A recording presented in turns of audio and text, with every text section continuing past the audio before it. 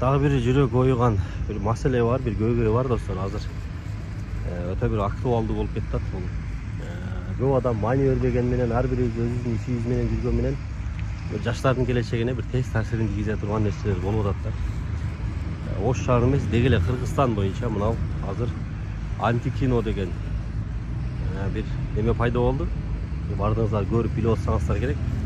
Ушул жаштардын келечегин ошондой жаман бир нерселер менен талкалап албайлы, бузуп албайлы, ошолордун ой максаттарын, тилектерин, ниеттерин бир башка нукка буруп алып, туура эмес жолго тарбиялап албайлы деп ошол Кыргызстан боюнча ошол антикино деген мындай эмелерди жапсак кандай болот? Ким кандай ойлойт?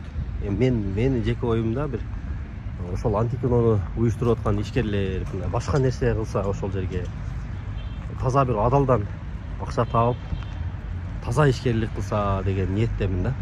Эми балким ошол ишкерликте жүргөндөр жаман көрүшүңүздөр мүмкүн. Ал жерде жумуш орун болуп атпайбы, тигинде болуп атпайбы деген. Бирок ошол эле учурда биздин